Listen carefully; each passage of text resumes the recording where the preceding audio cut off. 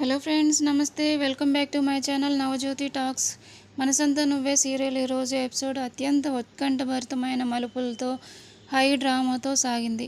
ఒకవైపు కపట నాటకాలతో కాశీ ఇటు సింధుని, అటు కుటుంబ సభ్యుల్ని ముప్పతిప్పలు పెడుతుంటే, మరోవైపు కాశీ స్థానంలో ఉన్న యష్ తన అమాయకత్వంతో రౌడీ సామ్రాజ్యంలో ఇరుక్కుపోయాడు. ఇక దమయంతి అయితే సింధుతో, ఇంట్లో ఏం జరుగుతోంది సింధు, యష్తో నీ ప్రవర్తన ఏంటి అంటూ గట్టిగా వార్నింగ్ ఇస్తూ ఉంటుంది. దమయంతి మాటలకు సింధు షాక్ అవుతుంది.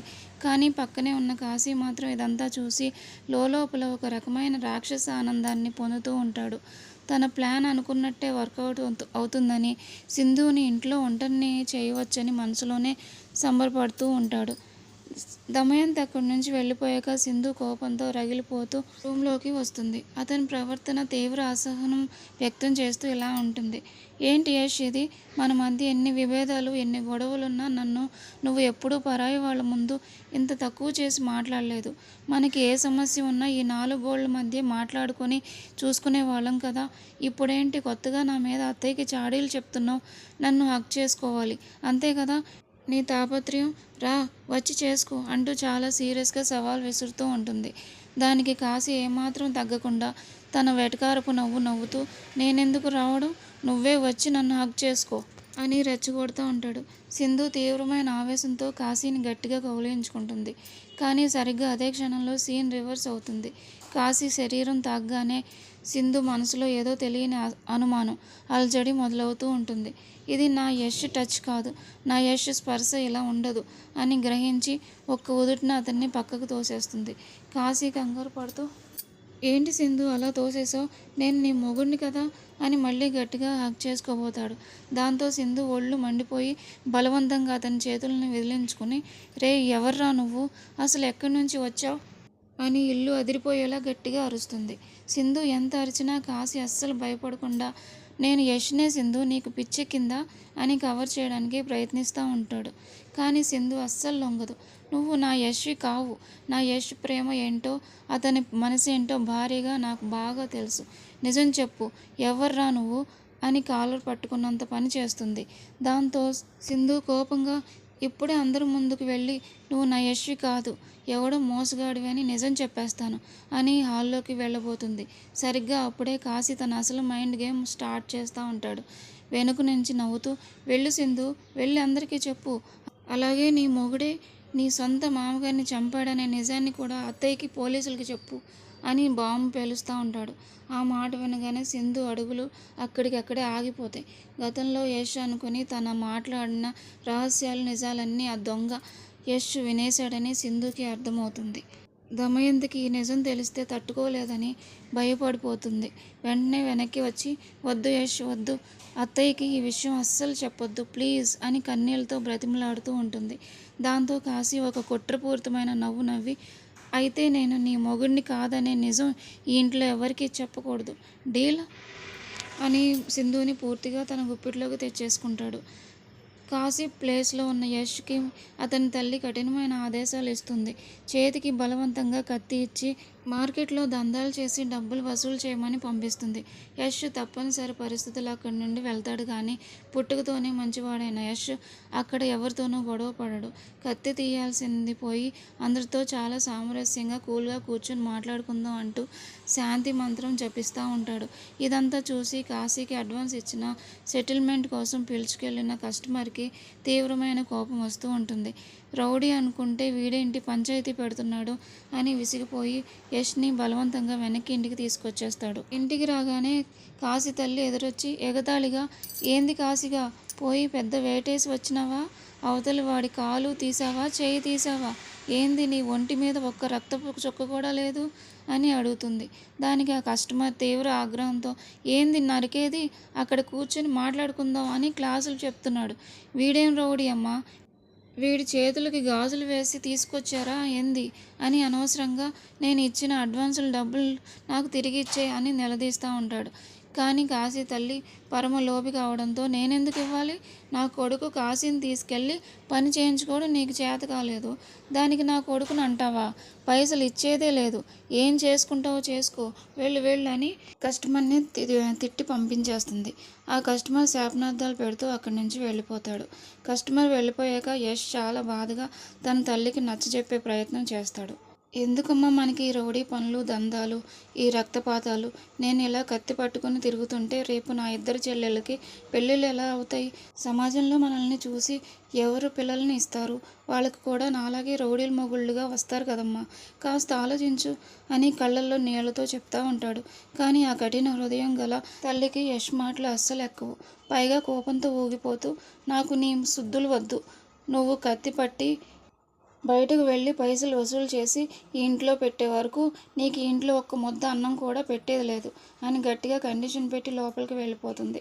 యష్ ఆకలితో బాధతో ఒంటరిగా మిగిలిపోతూ ఉంటాడు. తిరిగి యష్ ఇంటి విషయానికి వస్తే కాశీ హాల్లో సింధుని ఘోరంగా బెదిరిస్తూ ఉంటాడు.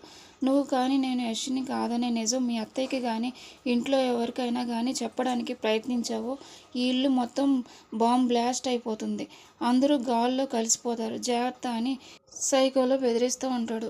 సింధు ఇక తట్టుకోలేకపోతుంది. భయం ఆవేదనతో ఒళ్ళు వణికిపోతుండగా అసలు ఇంతకీ ఎవరు నువ్వు, మా యష్ ప్లేస్లో ఎందుకు వచ్చావు అని గట్టిగా నిలదీస్తూ ఉంటుంది. అప్పుడు కాశీ మెల్లగా తన జేబులోంచి సిగరెట్ తీసి వెలిగిస్తాడు. స్టైల్గా పొగ వదులుతూ క్రూరమైన నవ్వుతో నా పేరు కాశీ అని తన అసలు పేరు చెప్తాడు. అంతటితో ఆగకుండా డబ్బు కోసం దందాలు చేయడం, అడ్డం వచ్చిన వాడిని నరకడం, కిడ్నాపులు చేసి పైసలు గుంజడమే నా అసలు వృత్తి, నేను పక్కా క్రిమినల్ని అని తన దారుణమైన బ్యాక్గ్రౌండ్ మొత్తం ముందు చెప్తాడు. ఆ భయంకరమైన నిజం వినగానే సింధు కాళ్ళు వణికి గుండె ఆగినంత పని ఒక్కసారిగా నేలపై కుప్పకూలిపోతుంది. కాశీ నవ్వుకుంటూ అక్కడి నుంచి వెళ్ళిపోతుంటే సింధు ఎలాగోలా లేచి పరిగెత్తుకుంటూ వెళ్ళి అతని షర్ట్ కాలర్ పట్టుకుంటుంది.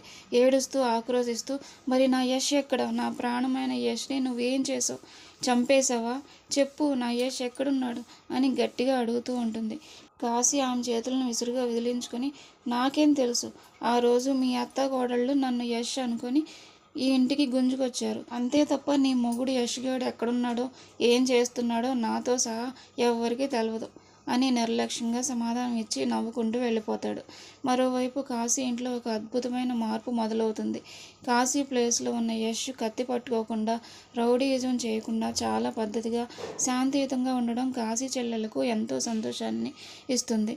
మన అన్నయ్య కత్తి పట్టుకోకుండా ఇంత మారిపోయాడు, మనకి ఒక మంచి అన్నగా ఉన్నాడు అని వాళ్ళిద్దరూ ఎంతో ఆనందపడుతూ గుడికి వెళ్తూ ఉంటారు.